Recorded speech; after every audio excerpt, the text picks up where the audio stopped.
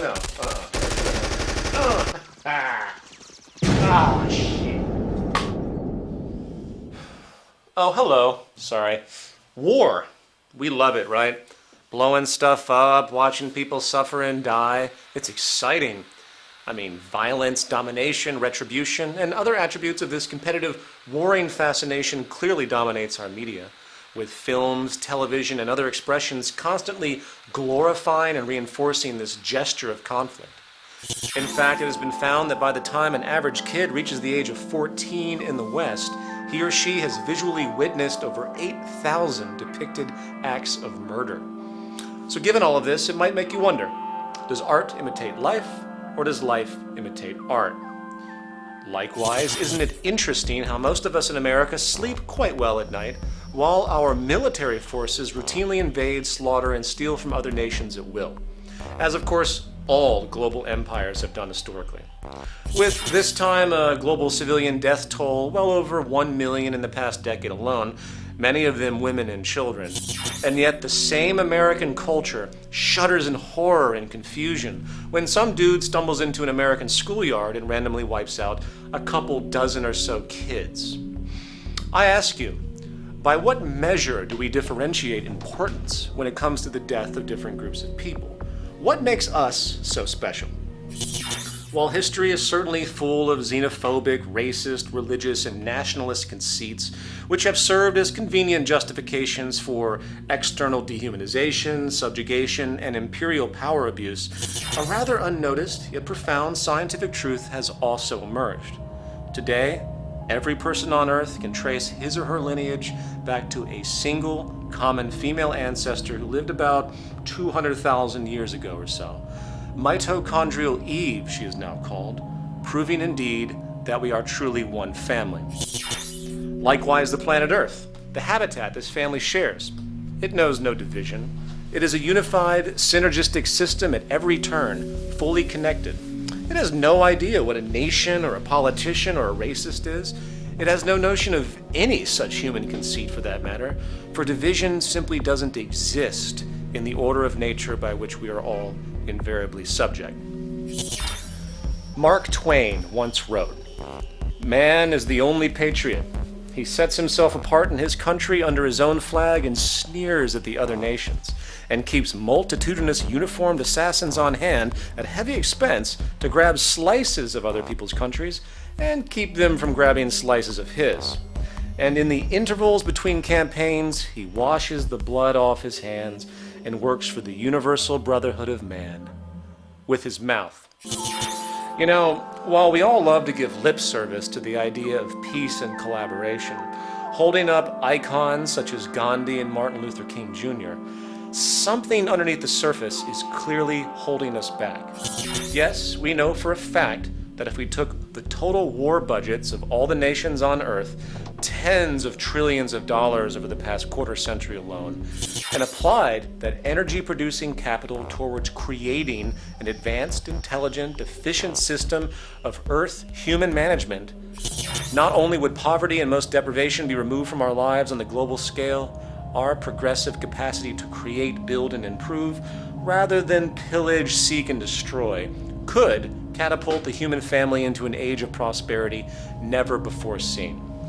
Just imagine, if we took, say, America's Pentagon, or Britain's Northwood, along with all the world's advanced military centers, kicked all the army freaks out. Okay, I'm sorry, I didn't mean to be harsh. I guess we have to do something with them. Maybe we can just take them all and place them in the Grand Canyon and just let them beat the piss out of each other, and hopefully they'll get it out of their systems and move on. I don't know, we'll figure that out later. But we, as the intelligent, mature human family, now interested in improving the lives of all, we use that incredible technology to help assist true developmental progress. Imagine if the Manhattan Project, which harnessed about 130,000 people, mostly scientists and technicians, was dedicated not to building a bomb that could destroy on a scale never before seen, but rather utilizing that collaborative drive to solve true global problems. Perhaps those very problems, in fact, which are causing the interest in war to begin with. Today, the hyper-glorified, romanticized obsession with competition, advantage, and conflict has made it into almost every facet of our lives. Not only do we declare war against virtually everything that annoys us, the war on drugs, the war on poverty, the war on crime, the war on terrorism, the war on cancer, you name it, we also, apart from the near constant nationalist wars, live in a perpetual state of common war, or class war, where we battle each other on a daily basis for unnecessary economic survival and delusions of status. The fact is, something has been set in motion that keeps us all on a multi-level war path. Something in our psychology and hence sociology is constantly pushing us into justifications of these patterns. And as this episode will argue, that something appears to reside at the very foundation of the socioeconomic condition itself. A foundation which has given rise to an ever-expanding, destructive neuroses, a neuroses clearly characteristic of a culture in decline.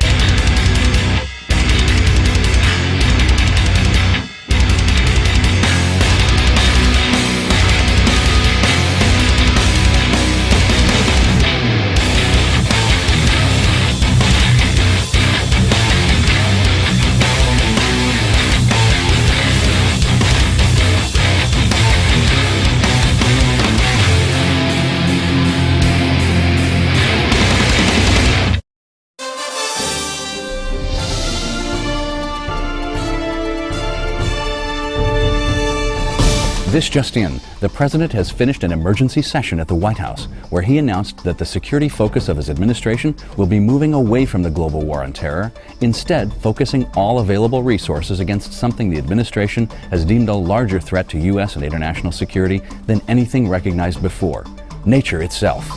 That's right, Dutch. The newly declared war against nature will be usurping funds from the Department of Homeland Security, effectively replacing it with a new department. The Department of, I think I'm reading this right, Fuck the Earth and the Science it rode in on.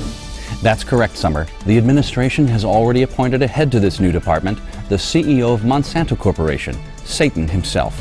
When questioned regarding concerns about a possible conflict of interest of the new appointee, the Obama administration responded, "Monsanto's reputation of challenging the vast power of this intolerant, bullying force that goes by the terrorist name Natural Science holds great potential for our victory. We feel if anyone can take down these insurgent laws which restrict our God-given freedom, it is the professional experience of our true Lord and Master, the Prince of Darkness." We've just been informed that a press conference is now underway with the Pentagon spokesperson answering questions. We now go live to the White House. As the president said earlier, the greatest barrier to U.S. interest has been a constant state of offensive interference by this rogue network. Nature has been forcing its will against our freedom for long enough. Our economy, our values, the American way of life, it's not negotiable. Either nature concedes to our interests and stops terrorizing us with its hatred of our liberty, or we will be forced to destroy it. Next question. Hi, Joe from LA Times. Don't you feel it could be a bad idea to move against a force which has historically never been overcome or even phased by human action? Also, I understand nature has given a set of demands which, if met, would cease many of its counterattacks. Has the administration considered just meeting these demands? Listen, Joe, we don't negotiate with terrorists. And yeah, I've seen nature's demands, full of queer communist propaganda such as balance and sustainability. It even demands that we shut down our infinite growth consumption economy to make way for something where we are to be slaves to some oppressive natural regeneration respect. Listen, I didn't spend 35 years defending this country to have some metaphysical terrorist group with science on its side ruin what has made this nation great. No further questions. When we think of war, we usually think about gun-wielding soldiers, tanks, flamethrowers, fancy medal honors, and other theatrics. Yet, when we step outside the theater, digging deeper in our examination of the world around us, we find that war is actually a state of mind, a reaction, driven by some type of competitive condition. And if we had to classify the different levels of large-scale competition, we might end up with two broad categories: imperial war and class war. Imperial war, otherwise known as national war, is when an aggressor nation decides to invade some other nation, justified by some form of perceived threat. Back in the day, this threat often appeared as purely ideological, with religious groups battling it out to make sure they were in good with God. While in the mildly more literate scientific world today, the threat is more often than not pitched as direct to each of us. You know, such as, say, a rogue nation getting a nuclear weapon to blow up your grandmother's bingo tournament. Bingo. Or perhaps a crazed, state-funded hijacker crashing a plane into your favorite taco stand. Regardless, in virtually every historical case, the justification for war put forward for public digestion has, always, been far from the truth. You see, there is indeed always a true threat, but that threat has little to do with the vast majority of the population. Instead, it is a threat that bothers only the highest echelons of the social hierarchy, an elitist upper-class self-preservation based around a loss of broad power and control. I mean, when was the last time the citizenry actually cried out for war? It doesn't happen, only the politicians go for it.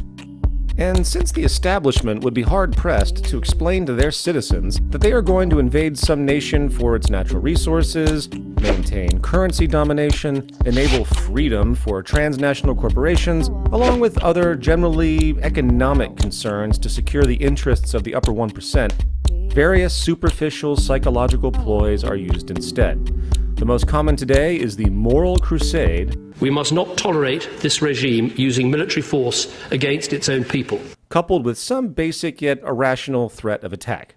Iran's nuclear and ballistic missile activity poses a real threat, not just to the United States, but to Iran's neighbors and our allies. In the words of famed sociologist Thorstein Veblen, writing from 1917, any warlike enterprise that is hopeful to be entered on must have the moral sanction of the community.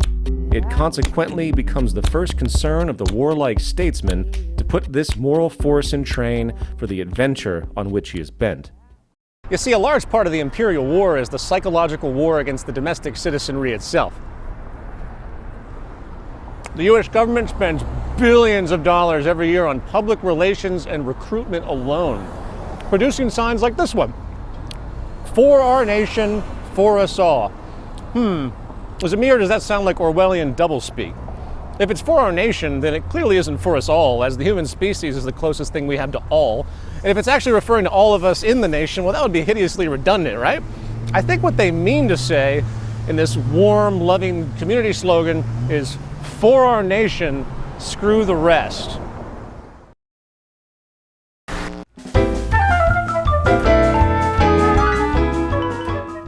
Hello, welcome to the show! My name is Pepe, and today I've got something very special for you. A true international delicacy. War! To prepare for war is a very delicate matter. And the first thing we need to do is create some spicy tension to put fire in your belly. So, the first ingredient we need is a well-tempered provocation. Huh? Provocations are, of course, seasonal and subject to personal taste. So, may I suggest something along the lines? A marinade Gulf of Tonkin. A robust Pearl Harbor. And if you're feeling bored, a bustling 9/11. Then we let that cook for a bit and prepare our second ingredient over here. A special sauté to give life to our fiery dish. The mainstream media.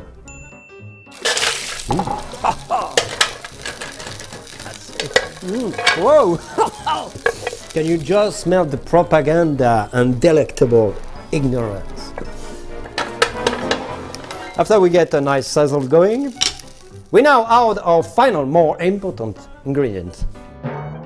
The delicious soldiers. Now, the most ripe soldiers tend to grow in the more poor, rural area of the world, often with limited literacy. Want to pick them around 18, 19, because their brains are very immature and quite yummy. It's perfect for participation in our war meal. And so we mixed it all together. Up, oh, ça, up, tac. Perhaps add a few some preservative, like patriotism, not too much, jingoism, and of course our very special secret sauce.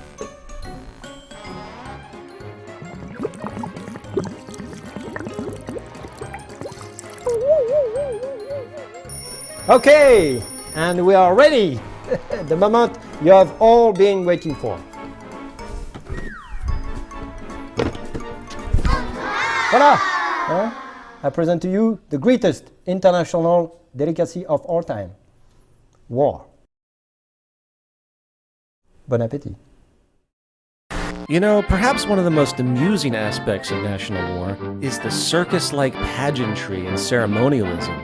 Cute costumes, little hats, shiny pieces of metal, various parades and official posturing, and all adornments and theatrics that give this air of honor and authority.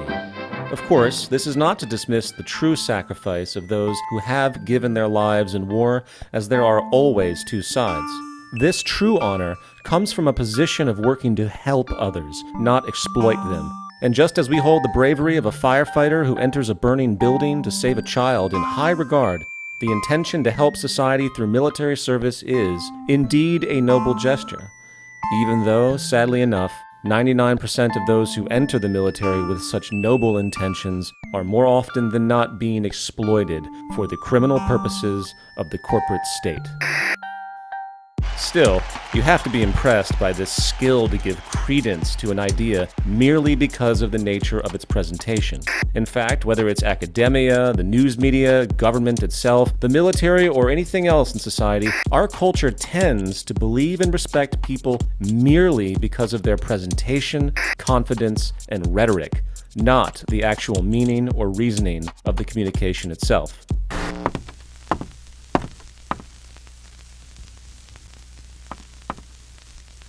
Did you know that the first television sets of the 1950s were actually supposed to be used as prosthetic replacement heads to give new hope for those who had been tragically decapitated? But technology, weight, and cord length being what they were at the time, it failed. Luckily, they could play other things besides the faces of the deceased, and TV sets sold nationwide. And it's all true. You know why? Because you heard it from some guy in a tie. In the end, once the traditional, propagandized illusions in defense of the act of organized human murder and resource theft have been overridden, dismissing such shallow justifications as paternalism, honor, and protectionism, we realize that war today is actually an inherent characteristic of the propertied, scarcity-driven business system. Major General Smedley D. Butler, one of the most notable and decorated officers in U.S. history, stated the following with respect to the business of war in 1935. I spent 33 years and 4 months in active military service, and during that period I spent most of my time as a high-class muscle man for big business, for Wall Street and the bankers.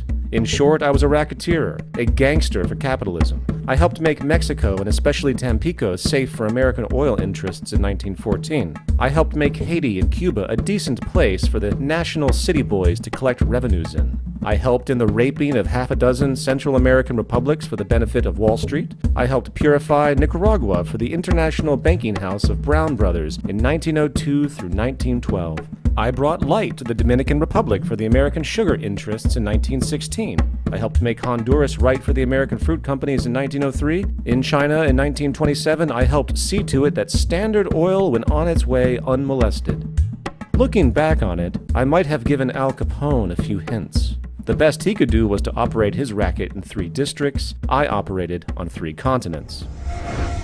So given all of this, it's unique how the general public tends to separate the day-to-day competitive business acumen from the severe form of competitive violent warfare, when there's very good evidence to show that they are deeply intermeshed. To gain some perspective on this, we now welcome back our resident guru, Louis the Logic Gremlin. Voila. Before we get into the questions, I do have a letter here that I'd like to read to you and get your opinion on. It reads, Dear Peter, I really enjoy the new show. I think it is helping get these important messages across. However, I am disappointed with the crude Louis the Logic Gremlin character, as it is just irritating and hideously stupid. Also, would you please stop eating when you are speaking in the show? It's really disgusting and annoying. Rock on, Joe. I'm sorry, Joe. Louis, what do you think about that?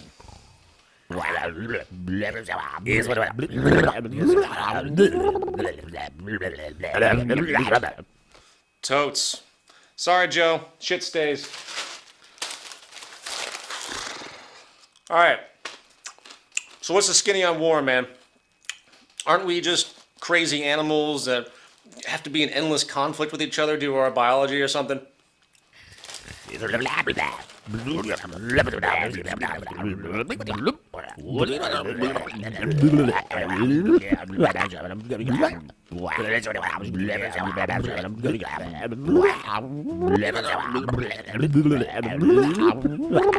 Okay, I see what you're saying. So you're saying that war is actually a system consequence.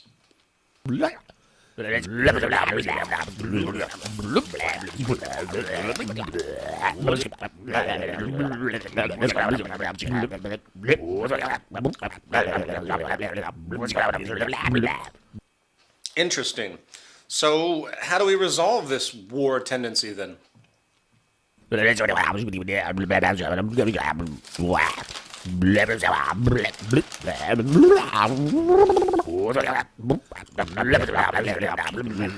Gotcha. Well, thank you for your time, Louis. To gain some public consensus on the issue, we now turn live to our East Coast Culture and Decline correspondent, Big Scotty D, who's live in New York City to talk to people about what they think of war. Well, thank you, Peter. I'm here in New York City on a beautiful, cold day, and we're going to try to find some people to maybe talk to. Excuse me, ma'am. Would you like to? Excuse me, sir. Sir, would you like to talk about the war? What? Would you like to talk about the war, sir? No. Would you like to talk about the war today? The war? No. Surely, would you like to talk about the war? God bless. No. The war, please. The war. No. You don't like to talk about the war? No. I'm just sick of this, Peter. You're sending me on these assignments. It's freaking freezing out here. You know, it's like I'd rather be in a bar getting drunk, and then maybe I can do this. All right? I think there's a bar up here. Let me just grab my shit. You know, I'm just sick of this. Stuff. That's it. I am done, man. I am done. Get some other monkey, okay? There's trash, there's shit all over the place. But what does Peter want to know about? He wants to know about the war. Well, I'm sick of it, man. I gotta calm down. I just need a drink. Any of you Occupy Wall Street types? Oh, it's not about money, except when you can't eat. And it's not about foreclosures, except when you got nowhere to sleep. It's not about elections, except when they can be bought. And it's not about the wars, except when they're fought. It's not about the environment, except when we're running out of time. And it's not about my choices, except when they're not mine. It's not the lack of justice, except when you can't fight back. And it's not about the police, unless you're black. Fuck this shit. Fuck this shit. Come on, you wanna say it? Fuck this shit. Everybody, fuck this shit. Don't worry, none of these people are gonna be at work tomorrow. Fuck this shit. We're so totally ruled by the 1%, which is basically all the corporations wanting to sell us shit and influence us and influence our culture so that we can't even think for ourselves, and we're our sense of self is altered, and even like our sense of health. And, like, I don't even fucking smoke. I don't know where did this come from. Jesus. Peter Joseph has asked us to stand out here in the freezing cold and talk about the difference of classes here. But, you know, he's sitting in, like, his LA loft, like, relaxing with, like, his big, you know, flat screen TV.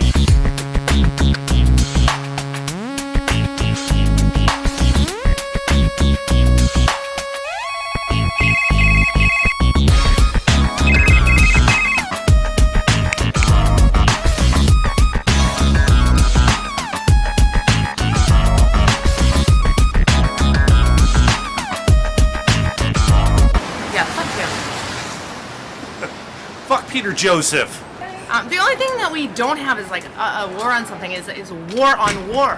And I think that's because like us peace activists, we don't want to fight. So we're going to end up losing due to irony. Final thoughts. How do we think about resolution to something as detrimental as national war when, on the micro level, we in society actually praise, reward, and reinforce the same basic underlying competitive drive? Generally, when faced with such a question, people tend to play the morality card, as though a matter of degree is what's relevant, not the philosophical basis itself. And usually this vague distinction is gestured to the effect that competition is good, but we should never go too far and be violent in any way. So then, of course, the question becomes, what constitutes violence? What if, instead of physically attacking you directly, I put you into a subtle yet deeply toxic condition where your life was shortened by decades via heart disease, cancer, mental illness, and other such consequences? Would that be considered violent? And what if such intentions were not even directly malicious, such as a lower class, desperate single mother forced to work 3 jobs to keep up, who fails one night to provide proper supervision for her child, resulting in the death of her child? I ask you, what is the true origin of the resulting death? And does that qualify as violent? To paraphrase Mahatma Gandhi, poverty is the worst form of violence. You see, the real war going on is not as obvious as many think.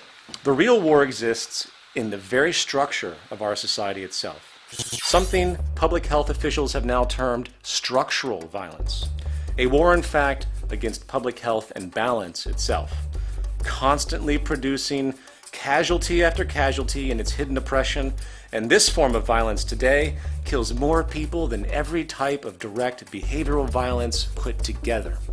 Its origin? A social system literally built upon competition and exploitation itself.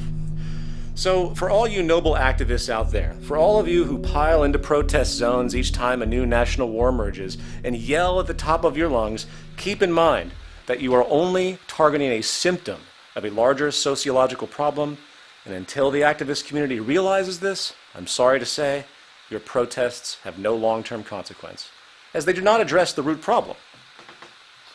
But, on the bright side, it's still great entertainment, right?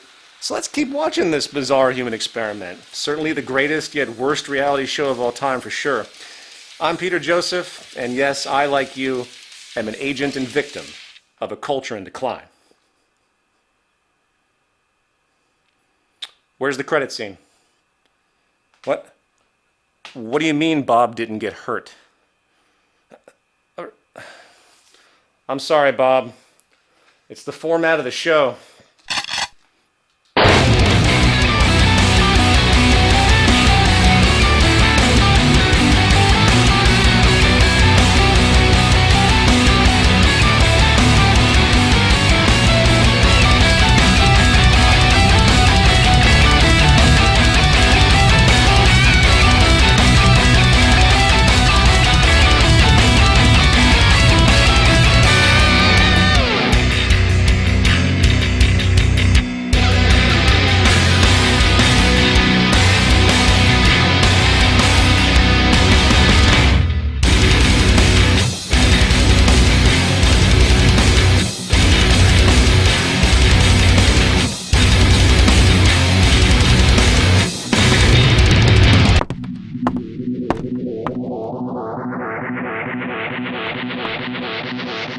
What if what I'm about to tell you makes you question what is what?